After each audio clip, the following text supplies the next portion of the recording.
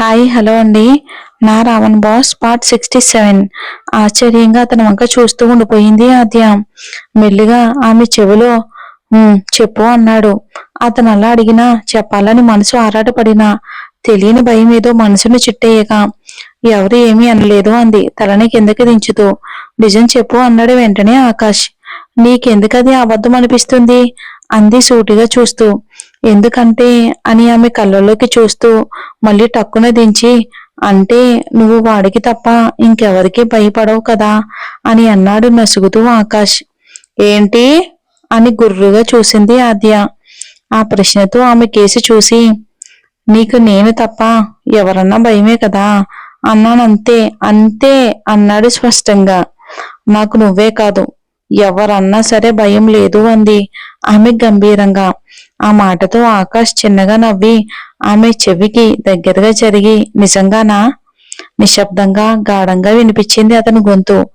ఒక్కసారిగా చెవి వంపున వెచ్చగా తగిలిన అతని ఊపిరికి మనసులో వణుకు మొదలవ్వగా వెంటనే అతన్ని దూరం జరిపి అతడెక్కడ ఆపేస్తాడేమో అన్నట్లుగా టక్కున బయటికి నడిచింది. వేగంగా దూసుకెళ్లి నీల్ వాళ్ళ దగ్గర ఆగింది. అక్కడ వినయ్ కనబడగానే షాక్ అయిపోయి, మీరేంటి ఇక్కడ అని అడిగింది. ఈ ఫైల్ మీద ఆకాష్ సంతకం కావాలి, దానికోసమే వచ్చాను అని వినయ్ అంటూ ఉండగానే అక్కడికి చేరుకున్నాడు ఆకాష్. వినయ్ వంక చూసి ఆకాష్ షాక్ అవగా అతన్ని వింతగా చూసి కనుబొమ్మలు ఎగరేశాడు వినయ్. వచ్చి ఎంతసేపు అవుతుంది అన్న ఆద్య మాటను విని చూపులను ఆమె వైపుకు తిప్పి, నీకు దెబ్బ తగిలినప్పుడే వచ్చాను అని ఆమె వంక చూసి చెప్పి ఆకాష్ వైపు తిరిగి, మీ బాయ్ ఫ్రెండ్ అని ఒత్తి పలుకుతూ, అదే మీ బాయ్ ఫ్రెండ్ మిమ్మల్ని జాగ్రత్తగా లోపలికి తీసుకెళ్లడం చూసి మిమ్మల్ని డిస్టర్బ్ చేయటం ఇష్టం లేక ఇక్కడే కూర్చున్నా అన్నాడు ఓరగా ఇద్దరు వంక చూసి. వినయ్ మాటల్లో అంత అర్థం ఉంటుందని ఊహించని ఆద్య అతని మాటలకు మామూలుగానే తీసుకుంది. అతని చూపులను పసిగట్టిన ఆకాష్ మాత్రం, మళ్ళీ వీడికి దొరికేశాను, ఇక నన్ను ఎన్ని మాటలతో ఆడుకుంటాడో అని మనసులోనే మదనపడ్డాడు. అతని మనసుని అంచనా వేసి చిన్నగా నవ్వుకుని, అక్కి ఇందులో నీ సైన్ కావాలి అంటూ ఫైల్ ని అతని చేతికి అందివ్వగానే ఆలోచన నుండి తేరుకుని ఫైల్ తీసుకున్నాడు ఆకాష్. అదంతా చూసి నొప్పి వల్లనో బాధ వల్లనో తెలియదు కానీ అసహనంగా అనిపిస్తూ ఉండగానే అక్కడి నుండి కాస్త దూరంగా వెళ్లి ఒక సోఫాలో కూర్చుని తలని ముందుకు పెట్టి కాస్త వెనక్కి ఒరిగింది. ఆకాష్ ఆమె వంక రెప్ప అరపకుండా చూస్తూ ఉండడం చూసి నెమ్మదిగా లేచి అతని వంక కదిలి, హలో ఆకాష్ సార్, సంతకాలు కావాలి అని కాస్త గొంతు పెంచి ఓరగా చూస్తూ అన్నాడు. అతని మాటలతో తేరుకుని కోపం నటిస్తూ వినయ్ వెంటే కదిలాడు ఆకాష్. ఇక వాళ్ళు అటు వెళ్ళగానే లిప్సిక ఆద్య వైపుగా నడిచింది. ఆమె దగ్గరికి రాగానే కాస్త పక్కకు జరిగి అదే సోఫాలో ఆమెకు చోటిచ్చి కూర్చోమన్నట్లుగా చూపించింది ఆద్య. ఆద్య వంక వింతగా చూస్తూనే పరాధ్యానంగా కూర్చున్న లిప్సిక వంక చూసి, ఏమైంది లిప్సిక అలా చూస్తున్నావు అని వింతగా అడిగింది ఆద్య. ఆమె అలాగే క్షణం వరకు చూసి, నువ్వు చాలా యారగెంట్ గా అహంకారిగా కనిపిస్తావు, చాలా తక్కువగా నవ్వుతావు, ఎవరిని పట్టించుకోవు, అయినా నాకు అర్థం కావట్లేదు ఆకాష్కి నువ్వంటే ఎందుకు అంత ఇష్టమవునని అని అంటుంది తను. ఆమె మాటల్ని విని మనసులోనే నిట్టూరిస్తూ ఇదంతా నాటకమని తెలిస్తే లిప్సిక పరిస్థితిని ఊహించి నిశ్శబ్దంగా ఉండిపోయింది తను. ఆమె మౌనాన్ని గమనించి, ఇవేమీ చేయకపోయినా నువ్వు అందంగానే కనిపిస్తావు, అందుకేనేమో అని అంది బాధగా. ఆమె బాధ చూసి తనకి ఆకాష్కి మధ్య అలాంటిదేమీ లేదని చెప్పాలని అనుకోబోయిందల్లా ఆకాష్ మాటలు గుర్తు చేసుకుని ఆగిపోయింది ఆద్య. సోఫాలో కాలు మీద కాలు వేసుకుని కూర్చుని మోకాల మీద మోచేయి ఆంచి దాని మీద చెంప నాంచుకుని ఎడమవైపు కూర్చున్న ఆద్య వంక తిరిగి, యు ఆర్ సో లక్కీ ఆద్య అంటున్న లిప్సిక మాటలతో ఆద్య కనుబొమ్మలు ముడిపడ్డాయి. నిజంగా నువ్వు చాలా అంటే చాలా లక్కీ, ఆకాష్ ప్రేమను పొందావు అని ఆమె వంక చూస్తూ అనేసి చూపుని పక్కకు తిప్పి, ఆకాష్ ప్రవర్తనని చూసిన వాళ్ళంతా తను చాలా అహంకారి అనుకునేవాళ్ళు. పొగరు, గర్వం, కోపిష్టి అనుకుంటారు. బట్ ఇంతవరకు తను ఏ అమ్మాయితో తప్పుగా ప్రవర్తించడం నేను చూడలేదు. ప్రవర్తించడం కాదు కదా, అసలు దగ్గరకు కూడా రానిచ్చేవాడే కాదు అని ఏటో ఆలోచిస్తూ అంటున్న లిప్సిక మాటలు వింటూనే ఆమె వంక ఆశ్చర్యంగా చూసింది ఆద్య. ఆమె వంక చూసి చిన్నగా నవ్వి, ఇందాక నీకు దెబ్బ తగిలినప్పుడు అతని కళ్ళల్లో కోపం, నువ్వు బాధపడుతున్నప్పుడు తడి చేరిన అతని కళ్ళు నేను ఇంతవరకు చూడలేదు అంది. ఆమె మాటలతో ఆలోచనలో పడిపోయింది ఆద్య. ఇక ఆమె ఆలోచిస్తూ ఉండడం చూసి, నేను స్నేహితురాలిగా జీవితాంతం ఉంటే నన్ను కూడా అలానే చూసుకునేవాడేమో. ప్రేమించాను అని చెప్పగానే దూరం పెట్టేశాడు అంది బాధను దిగమింగుకుంటున్న గొంతుతో.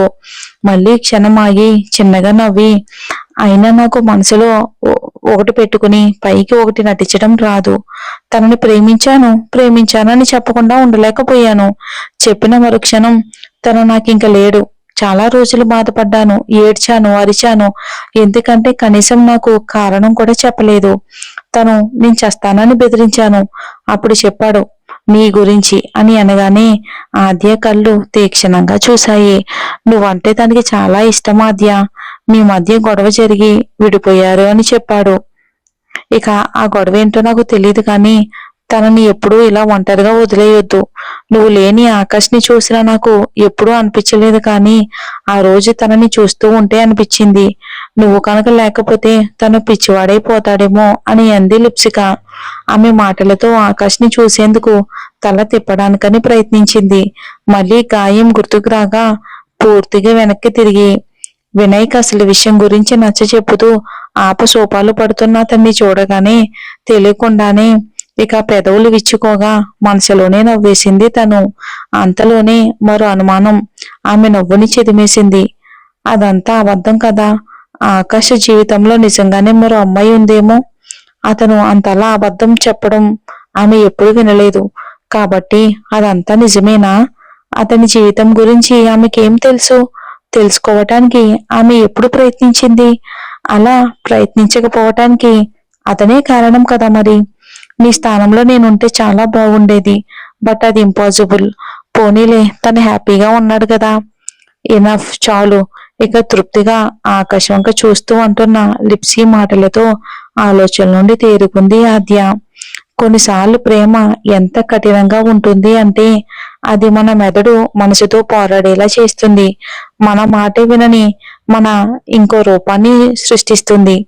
మనకి మనల్ని కొత్తగా పరిచయం చేస్తుంది.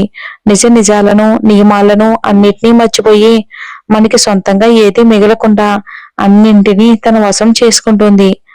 ఆద్య ఏం చెప్పింది తన మనసుకి? ఆ ఆకాశవంక చూడకూడదు, మాట్లాడకూడదు, అతని గురించి ఆలోచించకూడదు, అంతే కదా.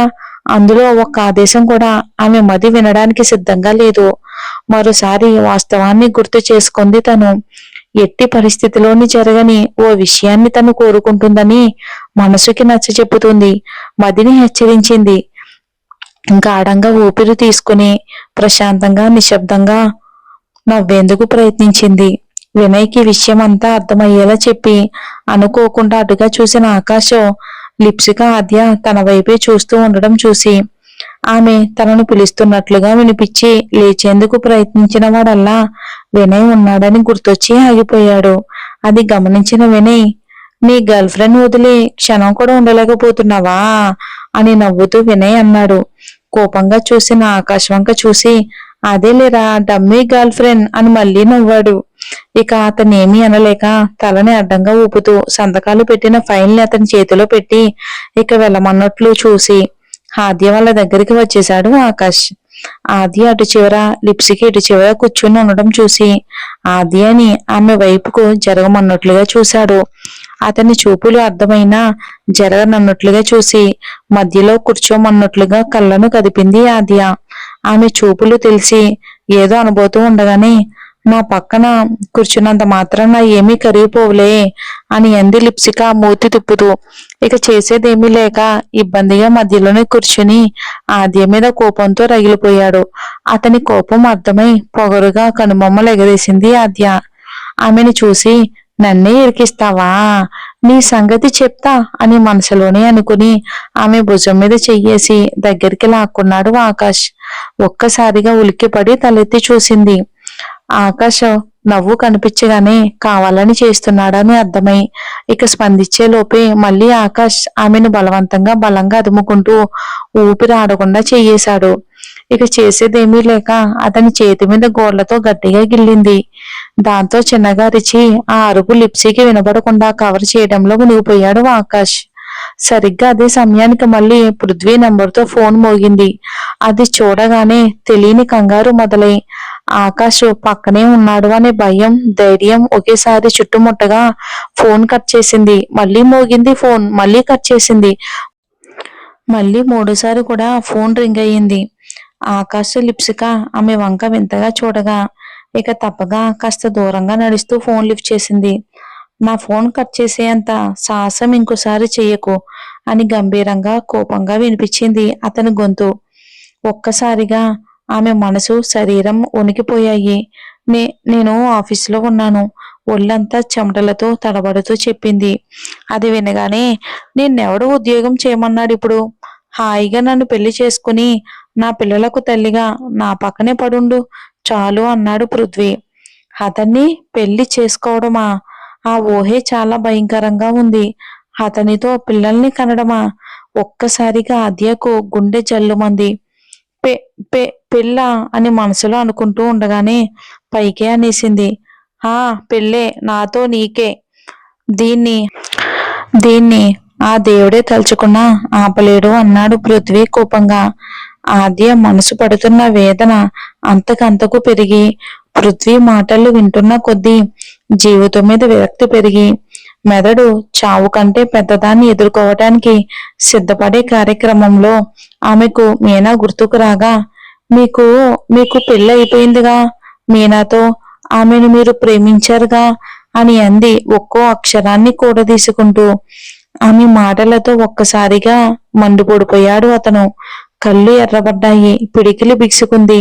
అది చచ్చింది, దాని గురించి మాటలెందుకు హా? గొంతు ఉన్నంతగా గద్దించాడు. కాని ఈసారి ఆమె భయపడలేదు. ఎక్కడో రహస్యం ఉందన్న సంగతి అర్థమైంది. తెలుసుకోవాలి అనుకుంది. అది కాదు, మీరు ఆమెను ఎంతగానో ప్రేమించారుగా అని అంది తడబడుతూ. అతని గుండె వేగం పెరిగింది. మాట మాట్లాడడానికి పెగల్లేదు. హృదయం ఘోషించింది. ఆమెకు సమాధానం ఇవ్వలేకపోయాడు. ఫోన్ పెట్టేశాడు పృథ్వీ. ఫోన్ వంక ఆశ్చర్యంగా చూసింది ఆద్య. అతని జీవితంలోకి తొంగి చూసేందుకు ఆమె ఎప్పుడూ ప్రయత్నించలేదు. ఆమె ఎలా ప్రయత్నించి ఉంటే జీవితం వేరేలా ఉండేదని మొదటిసారిగా అనిపించింది తనకు. ఆ ఆలోచనల పరంపరలోనే మీనా ఆమె గురించి ఎందుకని ఆలోచించలేదు తను? ఆమె చావుకి పృథ్వీకి సంబంధం ఉంటే పృథ్వీకి శిక్ష ఎందుకని పడలేదు? అసలు మీనా ఎలా చనిపోయింది? ఎందుకు చనిపోయింది? తనని ఎంతగా ప్రేమించిన పృథ్వీ ఆమె ఎందుకు చంపాడు? ఏమీ అర్థం కాలేదు తనకి. తనకు తెలియని ఏదో ఒక విషయం తన చుట్టే ఉంది. దాన్ని తెలుసుకునే పరిష్కారం ఏదైనా దొరుకుతుందేమోనని చిన్న ఆశ మొలకెత్తగా మీనా ఎవరో తెలుసుకోవాలి అని మనసులోనే అనుకుంటూ ఉండగానే హాస్పిటల్ నుండి ఫోన్ వచ్చింది. అవతల వాళ్ళు చెప్తున్న మాటలు వినగానే కళ్ళు పెద్దవి చేసి వెంటనే ఫోన్ పెట్టేసింది. మరి ఎవరు హాస్పిటల్లో ఉన్నా తను ఎవరో చూడాలి మరి. సస్పెన్స్. ఒకవేళ మీరు గెస్ చేస్తే కామెంట్ చేయండి. Thanks for watching.